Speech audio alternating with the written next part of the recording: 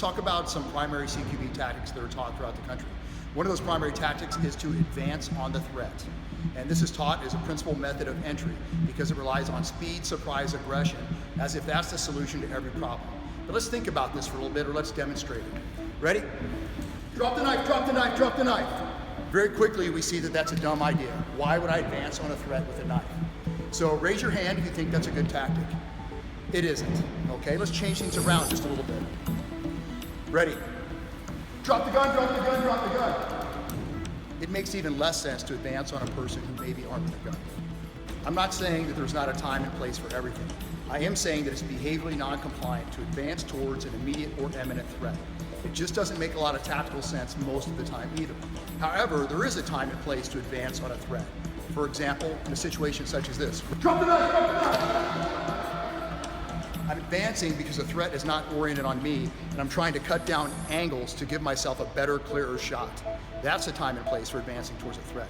But notice the threat isn't oriented towards me. Another tactic that's often taught is to do a wide pie and a wide step into the open so you can see a large area in your point of view and engage threats as you continue to advance. Again, I'm not saying there's not a time and place for this tactic, but a lot of times it doesn't make a whole lot of tactical sense or a lot of behavioral sense. Don't move!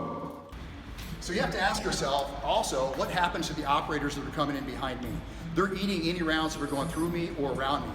They're unable to help me get into the fight because as I close with the threat, I close down those available angles for my follow-on shooters to take a shot.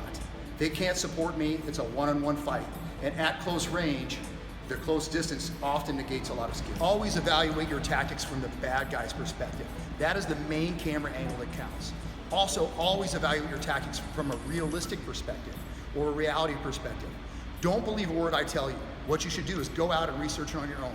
Pull up 10, 20 videos from the real world and look at those videos and ask yourself, how many times did trained operators, officers, soldiers actually advance towards an oriented threat when that threat became immediate?